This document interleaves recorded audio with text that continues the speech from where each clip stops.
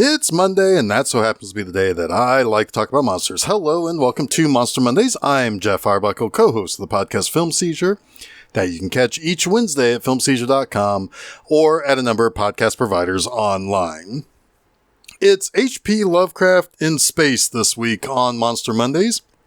In August of 1997, I probably skipped a college class in order to go to the downtown Indianapolis Mall, Circle Center Mall, to see a horror movie that starred the guy who was Ike Turner in that one film and another guy who knew stuff about dinosaurs and maybe was almost James Bond at some point.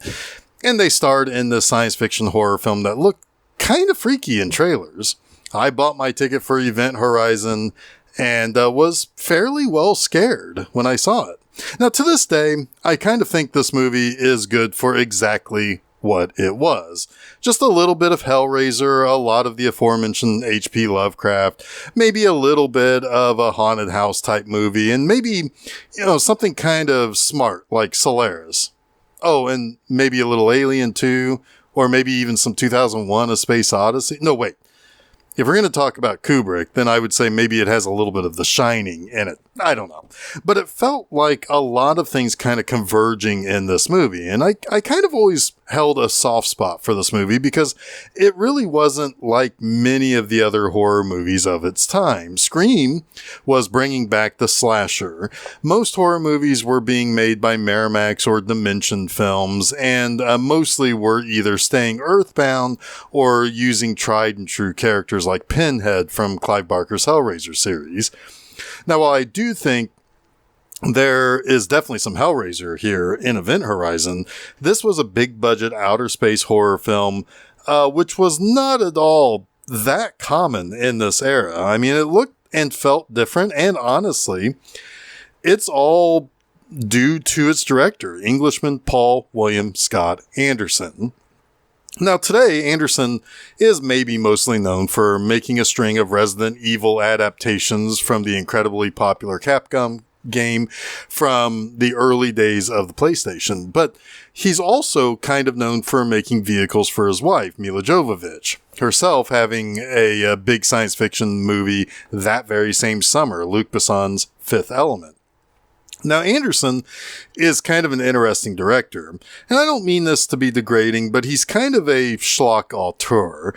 Many of his movies are kind of silly or sort of lowest common denominator stuff, but you can't say they don't have a very specific look and feel to them, and that is definitely Anderson's niche there. It's like he has a very specific style. Now, that was on display in Anderson's first major studio film, 1995's Mortal Kombat, itself, of course, a video game adaptation. The movie is kind of generic in terms of a fighting tournament plot with some other forgettable shenanigans in it, but Anderson was the right guy to direct it. A year before that, Anderson released his first film, Shopping, a gritty action crime drama that is probably pretty well known for the cast that he had in the film, specifically names like Sadie Frost, who appeared in Coppola's 1992 Dracula film, Sean Bean, who was 006 in Goldeneye, Jonathan Pryce, the bad guy in the very next Bond film, Ralph Ineson, the guy with a voice of 20 angels who gargle steel wool, but it's also best known for being Jude Law's very first film. Law would then rocket to stardom shortly thereafter, starting with Gattaca, yet another 1997 science fiction film, and then Midnight in the Garden of Good and Evil. Shopping would also be the first time Anderson worked with Sean Pertwee, the son of a guy we just talked about a couple of weeks ago, John Pertwee, the third Doctor on Doctor Who. Now, one of the things about Event Horizon that I think always stuck with me is that this kind of melded two different types of horror that I was definitely into in the 90s.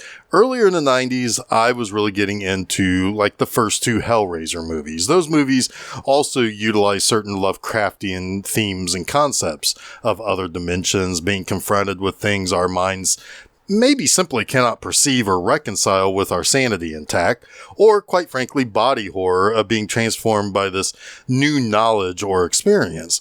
Now remember, Pinhead always liked saying, "We have such sights to show you." That always indicated to me that these are things our eyes will see, but we would need transformation of some sort for our brains to comprehend. Also, this is, Clive Barker, so it could also just be a lot of weirdo sex stuff too. But the Hellraiser movies were something I was pretty into earlier in the decade. By the time 1997 rolled around and Event Horizon was getting released, I was stretching my legs with classic horror. These are your Draculas and Frankensteins and the Mummies and all of those. But what also came along with that was the concept of the spooky old dark house horror genre. The place with a lot of shadows and possibly even more lurking in those shadows or waiting around the corner to jump out and grab you. Event Horizon kind of merges those two concepts in interesting ways. So with that, let's dive in, shall we? Now, I always forget that this movie opens with something kind of interesting. The Paramount Pictures logo uses their fanfare, which you rarely hear unless you are watching something on home video back then. That was always the fanfare they used when they were showing you what was coming soon and then what the feature presentation on the videotape was. But second, from this logo, it takes off into space by zooming over the mountain. That's the Paramount logo. But anyway, we're told that in 2015, we first established a permanent base on the moon. And then in 2032, industrial mining kicked off on Mars. 8 years later, in 2040, the Event Horizon, which was a deep space research vessel, was launched to basically explore the edges of our solar system. But after passing Neptune, the vessel disappeared without a trace. The movie then picks up in 2047. Now, Dr. William Weir, played by Sam Neill, was the designer of the Event Horizon, and he suffers from strange dreams and maybe a little bit of guilt. We find out later that he poured himself too much into his work in designing the Event Horizon and wasn't there when his wife, who's now passed away, needed him most. But he's ordered to report to the search and rescue vessel Lewis and Clark to kick off a top secret mission. Now, the crew of the Lewis and Clark comprise of Captain Miller, who's Laurence Fishburne, medical technician Peters, who's Kathleen Quinlan, Lieutenant Stark, played by Jolie Richardson, Rescue Tech Cooper, Ensign Justin, and DJ, the medical doctor, played by Jason Isaacs. And then we also have the pilot of the ship, Smith, or Smitty, played by Sean Pertwee. Now, early on in the mission, they're all put into suspended animation stasis, and 56 days later, they are approaching Neptune, and Weir's nightmares are getting a little bit more intense. In this one, he sees his dead wife, who's missing her eyes, and tells him that she's waiting for him. Now, upon being awoken from their stasis, they hear what their top secret mission is. So, as Weir explains it, Earth received an SOS from a craft in a decayed orbit around Neptune, and it was the Event Horizon. Now, the crew of the Lewis and Clark are totally dubious by this because the official story was that the Event Horizon suffered a critical failure and exploded. But that was not true. The ship had the ability to fold space and puncture a hole from one point to another to travel many, many years worth of distance at normal light speed in just like an hour or something like that.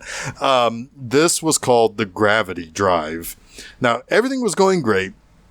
They got the go-ahead to engage the gravity drive to go to Proxima Centauri, and then they disappeared. They are there to find out what is left of the Event Horizon, who might have survived, and where was it for these last 7 years. Now, they did, on Earth, receive the screeching message, which acted as the SOS, of these screams and then a singular human voice saying, "Liberate me," which DJ translates from Latin for "save me." Now, they dock with the Event Horizon, but scans show that there's no gravity, no heat. The crew would not have been able to survive unless they are in stasis. But there are small traces of life signs that they can pick up.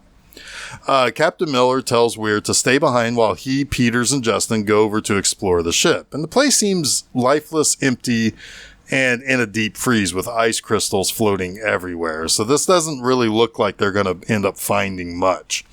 Now, Peters arrives at the bridge where she finds a little trace of blood, but does not see the massive mess of blood and guts and stuff along the wall that we only see as the audience, thanks to lightning from Neptune's upper atmosphere, where the both ships are basically kind of hovering. Now, after retrieving the ship's logs, Peters finds a body that has many lacerations on it, and the guy's eyes have been plucked out. In other words, nothing that decompression would cause, according to DJ. Now, in the engine room, Justin sees the gravity drive, which is this big spherical device that has like a goopy ball of fluid in the middle of it. Now, what he doesn't realize is that the goopy ball of fluid is not actually part of the engine. That's the gateway that's currently open, but he touches the goo, which pulls him into it. This creates all sorts of trouble for both the Event Horizon and the Lewis and Clark. The hull of the Lewis and Clark is damaged to the point that Miller orders the crew to relocate to the Event Horizon while they repair the outside of the hull of the Lewis and Clark. Now, Peters is able to reactivate the gravity and the environmental controls, which reveals all the bits and pieces of the crew that was on the wall now falling to the floor. Now, there's a bit of a ticking clock here, too. They have to salvage some stuff on the Lewis and Clark to repair some systems on the Event Horizon. And they really only have about 20 hours of breathable air for them to work in before they need to get into stasis and get out of there. And Justin's been recovered from the portal in the engine room, but he's catatonic. And Weir doesn't believe what Cooper reports what he saw when he recovered Justin. If Justin was sucked into a portal, that means the gateway was open, which is impossible because the drive was not activated. And that's according to Weir. Now, Weir explains how this drive works, and it creates little black holes to travel major distances very quickly. Theoretically, wherever Justin was pulled into would have been where the Event Horizon went, but he still doesn't believe the portal could possibly open itself. Miller orders the engine room to be off limits, which doesn't exactly sit well with Weir, which means that he's always going to have to ask for permission to go in there. Additionally, people start to experience hallucinations. Peter sees her son with all sorts of sores on his legs. Weir sees and hears his wife again. Miller sees a burning man from one of his previous missions coming out of the floor in the drive's core. Now, when reviewing the final log entry, everything seems fine, but then the recording starts to break up and there's distorted images and sounds. And so Stark and Peters are going to work on clearing that up. Elsewhere in the sickbay, Justin goes into convulsions and says that, quote unquote, he is coming. And when DJ asks who he is, Justin only responds that it's the Dark. Stark thinks that there is a connection between the hallucinations that people are having and the bizarre readings from the ship. It's like the ship is reacting to their presence. And Miller doesn't initially want to buy into that, but Stark is certain that there's a correlation. And while she tries to get Miller to hear her out on this, Peter soon discovers Justin is no longer on the medical bed in sickbay. And she's chased to the bridge where because she hears this pounding sound. And when she gets to the bridge and shuts the door, that thing starts pounding on the metal door. Now, Weir wants to open the door, but Stark stops him. And soon they find Justin in the airlock planning to basically shoot himself out into space. Justin tells Peters about how someone whispers things about the darkness within him. And he says that if she saw the things that he saw while in that portal, she wouldn't stop him from killing himself. And just before the airlock opens, Justin seems lucid and begs for his life. And outside, Miller is trying to rush his way back to the Event Horizon from helping Smith repair the Lewis and Clark outside, and basically tells him to ball himself up. He'll catch him, bring him back into the airlock, and he's successful. And DJ is able to stabilize Justin and puts him into stasis, despite the fact that he's not going to look too pretty once he heals from all of the blood loss and all of the stuff that was basically being sucked out of his body. But Miller wants answers from Weir, who seems both completely unsure of what's going on and somewhat knowing about what everyone is experiencing. And Miller tells the story to DJ about the crewman that he sees that's been, that was on fire. And it's a story that he's not told anyone else on the ship, but somehow the Event Horizon has knowledge of it. And DJ reveals that he's heard more of the distress message and he's gotten more of the Latin that's being spoken in it. And it didn't say save me. Instead, it said save yourself. And then as he got more and more of the message, it completed the message as save yourself from hell. And on top of that, Stark and Peters cleaned up some of the final log video and sees a horrible scene of people pulling their own and each other's eyes out and basically killing each other in sadistic and horrible ways. Upon seeing that video, Miller's like, well, fuck that, and orders everyone to salvage what they can of the Event Horizon and get back to the Lewis and Clark that's now been repaired so that they can get the hell out of here. And Miller also plans to destroy the Event Horizon. This doesn't go over too well with Weir, who says, one, she, meaning the Event Horizon, won't let them leave. And two, he, as in Weir, is already home. He doesn't want to go back to Earth. He's home already. And three, then he fades into the shadows of the ship. Now, as Smith and Peters start collecting things to get back to the Lewis and Clark, the ship's core begins showing Peters images of her son again. This leads to her chasing after him and falling down a shaft to her death. When Weir finds her body, he has yet another vision of his wife, who he, apologizes for not being there when she needed him the most. And then she tells him that she has wonderful things to show him. She appears to pluck his eyes out, but we realize he's doing it to himself. Weir then rigs the Lewis and Clark to explode, killing Smith and flinging Cooper, who's outside of the craft, putting the finishing touches on the hull breach, out into space. But Cooper is able to blow his air tank to propel him back to the Event Horizon. Next, DJ is attacked by the now eyeless and completely cut up and bloody Weir, who cuts the doctor up and hangs him from the ceiling, basically spilling his blood and guts and stuff all over the floor. Miller finds Stark knocked out on the bridge and plans to get her to safety. And Weir explains that he created the Event Horizon to reach the stars, but it went so much further than that. It punched a hole in the universe itself and into another realm. When the ship returned, it returned as a living being. And Weir plans to send the Event Horizon back to wherever it was that made it what it became. And Cooper distracts Weir by arriving outside and kind of banging on the window. Trying to shoot him, Weir shoots the window out and it blows him out into space.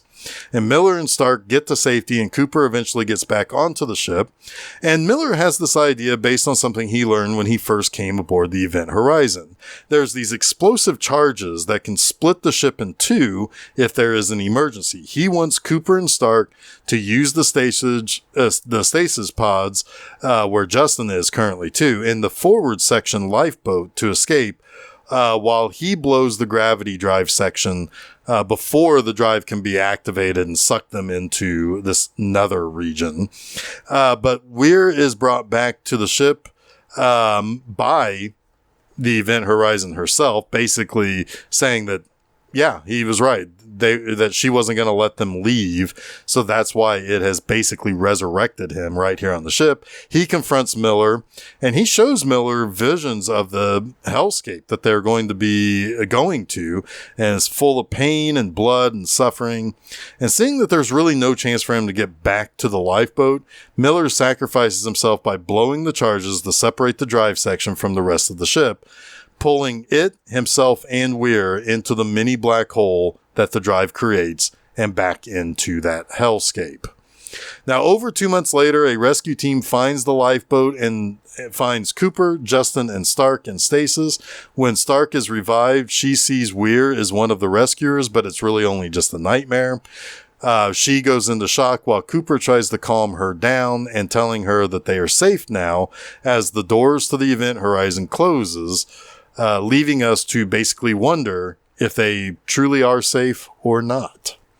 Now, let's talk about 3 things I like about Event Horizon. First, I really like the science fiction element of this movie. Okay, put aside that this movie came out in 1997 and is talking about setting up a base on the moon in a date that is now in our past, that's 10 years in our past, no less. And the dates of each of these things woefully out of our ability to reach by now. But there are there are cool things here, like a cool concept at the heart of what's going on here.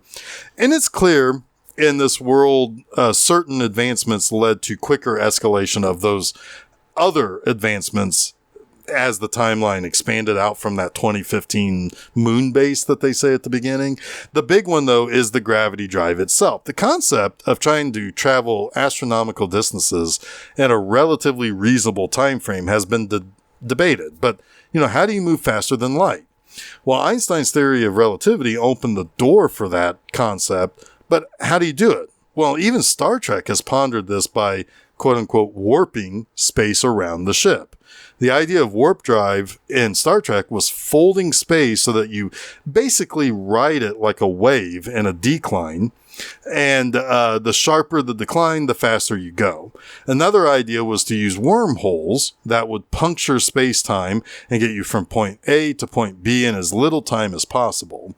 Event Horizon uses kind of both ideas, but the folding and warping of space-time basically brings 2 points where, like point A and point B into basically the same physical space. And then you basically have a much shorter bridge or wormhole or whatever to take you from, between those 2 separate points as quickly as possible. It's a fascinating idea that brings me to the next thing I like about this movie as well.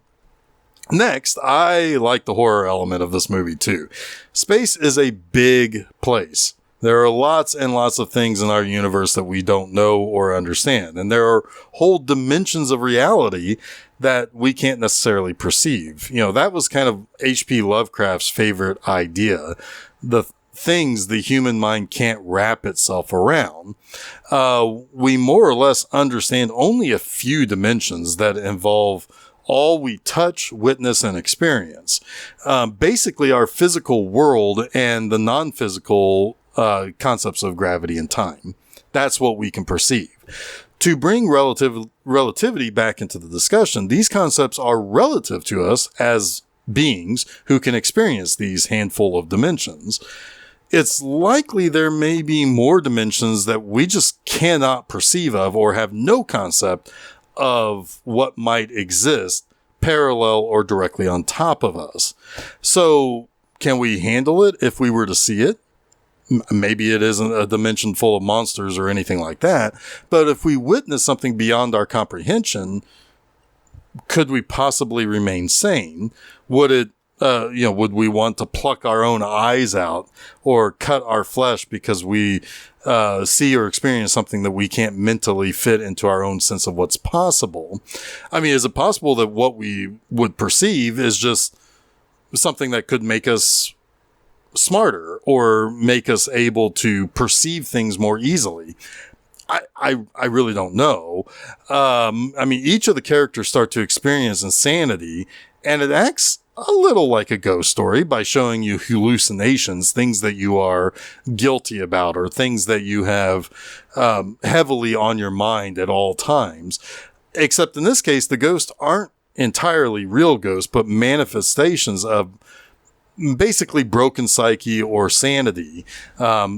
Take certain things from their past, make it something that can really harm them, and then use it to attack them from that broken part of their psyche. But it's not entirely a new concept. Like I've already mentioned a couple of times, I mean, you've got Lovecraft in here, and you've certainly got stuff like Hellraiser, but this works nicely with the kind of futuristic sci-fi setting as well. Thirdly, generally, I think this movie looks great. A lot of space movies in the mid to late 90s, barring a Star Trek or Star Wars film, often looked a little too clean. There was something about the effects that didn't look quite right to me. Like maybe almost like they were in too high of a resolution or something, like, because they were computer generated, or there was a different way of filming that sort of stuff. But thinking back to like 1996's Star Trek First Contact, I always thought there was a certain graininess to the look of that movie that made everything look real, like it was a real place and a real time you could visit, and like, it seems right to you. I always thought movies like Lost in Space from the same era just looked bad. But Event Horizon has a couple of really good things going for it. First, the space stuff looks good. It benefits from always having Neptune as a backdrop. That helps by providing lighting to help with the horror element, but it also keeps you from having to awkwardly light the ship's exterior when way the hell out from where we would expect a whole lot of sunlight to reach it to light things properly. But I also really like the interior. The technology both has that late 90s idea of what future technology would be, but also something that makes sense in 2047, 50 years after this movie was released. There are tactile buttons to push, levers to pull, but there are also screens and tablets that seem reasonable to think would exist 50 years from when this movie was released. More importantly, though, both the Lewis and Clark and the Event Horizon looked like they were lived in. That's so important for good, believable science fiction, especially horror sci-fi in the vein of Alien. You can tell these ships were where people lived for months at a time. Even almost 30 years later, and in ultra high definition, as I watched it on Amazon, the movie looks great. The look also elevated the horror element of the movie as well, which builds on that old dark house part of the general feel and atmosphere of the movie. Well, that wraps up this week's Monster Mondays. You can catch new episodes of Monster Mondays each Monday afternoon at filmseizure.com. Don't forget to follow Film Seizure at Facebook, Threads, Instagram, and Blue Sky. You can also subscribe to Film Seizure to get both the Wednesday morning Film Seizure podcast and the Monday afternoon's Monster Monday podcast at your favorite podcast providers. We also upload stuff to YouTube there. You can also check out my website, bmoviecinema.com, to read new reviews every Friday morning. Next time, we go visit Dr. Frankenfurter and all the strange inhabitants over at the Frankenstein place in Jim Sharman's all-timer cult classic that still plays at midnight somewhere every weekend, 1975's The Rocky Horror Picture Show. Until then, stay spooky.